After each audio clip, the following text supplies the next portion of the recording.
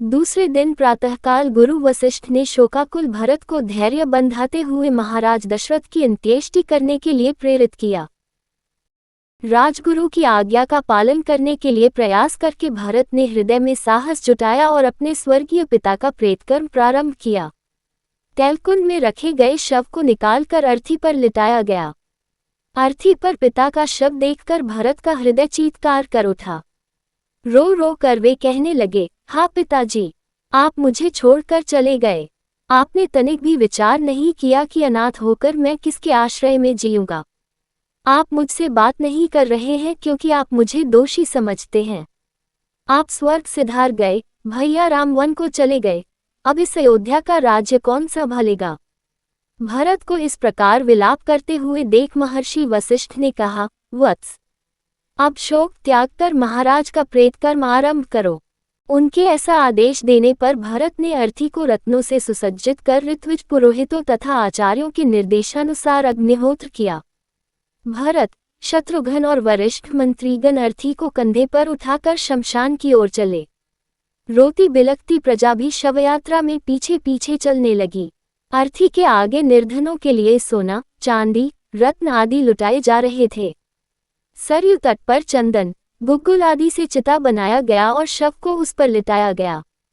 सभी रानियां विलाप करके रोने लगी। भरत ने चिता में अग्नि प्रज्वलित किया और सत्यप्रायण महात्मा दशरथ का नश्वर शरीर का पंचभूत में विलय हो गया। 13वें दिन जब भरत अपने पिता के अंतिम संस्कार से निवृत्त हुए तो मंत्रियों ने उनसे निवेदन करते हुए कहा, हे रघुकुल भूषण, दिवंगत महाराज आपको राजा बना गए हैं, इसलिए अब आप न्यायपूर्वक हमारे राजा हैं। अतः अब आप सिंहासनारूढ़ होने की कृपा करें। इस पर भरत बोले, सदा से रघुकुल की रीति रही है कि पिता के स्थान पर ज्येष्ठ पुत्र ही राजा होता है, इसलिए इस सिंहासन पर मेरा कोई अधिकार नहीं है, इस पर केवल धर्मात्मा राम का ही अधिकार है। मैंने निश्चय किया है कि मैं वन से राम को लौटा लाऊंगा, उनके स्थान पर मैं स्वयं 14 वर्ष पर्यंत वन में रहूंगा। अतः आप सभी तत्काल भैया राम को वापस लाने के लिए वन में जाने की तैयारी करें। भरत के इस कथन ने सब में एक नया उत्साह उत्पन्न कर दिया। उनके मन में राम के लौटने की आशा प्रबल होने लगी।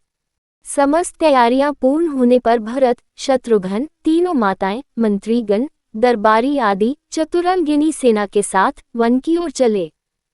प्रजाजन उत्साह में भरकर राम और भरत की जय जयकार करते जाते थे। राजा गो के नगर श्रृंगवरपुर के निकट गंगा तट पर उन्होंने अपना पड़ाव डाला। विशाल सेना के साथ भरत के आने का समाचार निषादराज गो तक भी पहुंचा। उन्होंने अपने सेनापतियों को बुलाकर कहा, सेनापतियों, आप लोगों को अच्छी प्रकार से विदित है कि रामचंद्र हमारे मित्र हैं। हमें ज्ञात नहीं है कि भरत किस उद्देश्य से सेना लेकर आए हैं। अतः अपनी सेना को तुम लोग सतर्क करके इधर उधर छिपा दो। 500 नावों में 100 अस्त्र शस्त्रधारी सैनिक भी तैयार रहें। यदि भरत राम के पास निष्कपट भाव से जाना चाहे तो जाने दो, अन्यथा उन सबको मार्ग में ही मृत्यु के मुख में पहुंचा दो। इस प्रकार से सेनापतियों को सावधान करने के पश्चात वे स्वागत की सामग्री ले भरत के पास पहुंचे और बोले, हे राघव, बिना किसी पूर्व सूचना के आपके यहाँ पहुंच जाने के कारण मैं आपके यथोचित सत्कार व्यवस्था नहीं कर पाया। मैं इसके लिए क्षमा प्रार्थी हूँ। आपसे निवेदन है कि रात्रि विश्राम यही करें और हमारा रूखा सूखा भोजन स्वीकार कर करके हमें धन्य करें। गु के प्रेमयुक्त वचनों को सुनकर भरत ने कहा, हे निषादराज, मैं ऋषि भारद्वाज के आश्रम में जाना चाहता हूँ, क्योंकि भैया राम वहीं गए हैं। आपकी मुझ पर बड़ी कृपा होगी यदि आप मुझे कुछ पथ प्रदर्शक प्रदान करें। निषादराज बोले, प्रभु, आप चिंता न करें, मैं और मेरे सैनिक आपका पथ प्रदर्शन करेंगे।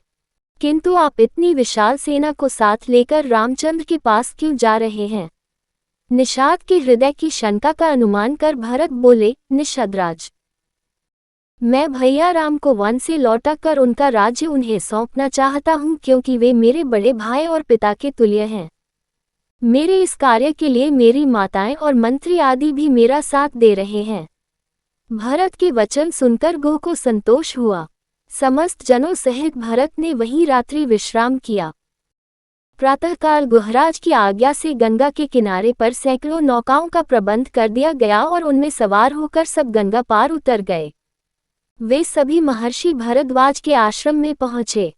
उनका यथोचित सत्कार करने के पश्चात महामुनि ने भरत से वन में आगमन का कारण पूछा। भरत ने हाँ जोड़कर कहा, महामुने, मैं अपने भैया राम का दास हूँ। मेरी माता कैकेयी ने जो कुछ किया है मैं उसके सर्वथा विरुद्ध हूँ। मैं भैया राम के पास जाकर उनसे क्षमा याचना करना चाहता हूँ। मैं उनसे अयोध्या लौटने की प्रार्थना करना चाहता हूँ कि वे वापस लौटकर अपना राज्य संभाले। भरत की बात सुनकर मुनि बोले, भरत, तुम वास्तव में महान हो। मैं तुम्हें आशीर्वाद देता हूँ कि तुम तीनों लोकों में यशस्वी हो। आजकल राम, सीता और लक्ष्मण के साथ चित्रकूट में निवास करते हैं। तुम कल प्रातः वहां चले जाना। आज की रात्रि यहीं विश्राम करो। प्रातःकाल जब चित्रकूट जाने के लिए भरत मुनि भरद्वाज से अनुमति लेने पहुंचे तो उन्होंने भरत को समझाते हुए कहा, भरत, तुम अपनी माता के प्रति दुराग्रह न रखना, इसमें उनका कोई दोष नहीं है। कैकेयी द्वारा किए गए कार्य में परमात्मा की प्रेरणा है ताकि वन में असुरों और राक्षसों का राम के हाथों विनाश हो सके। भरत अपनी माताओं एवं समस्त साथियों के साथ महर्षि से विदा लेकर चले और मंदाकिनी के तट पर पहुंचे। वहां ठहरकर भरत ने मंत्रियों से कहा, प्रतीत होता है कि भैया की कुटिया यहाँ कहीं निकट ही है। सेना को साथ लेकर आगे जाने से यहाँ बसे हुए आश्रमवासियों की शांति और तपस्या में बाधा पड़ेगी। इसलिए आगे मैं सेना के साथ नहीं जाना चाहता। अतः तुम गुप्तचरों को भेजकर राम की कुटिया का पता लगवाओ।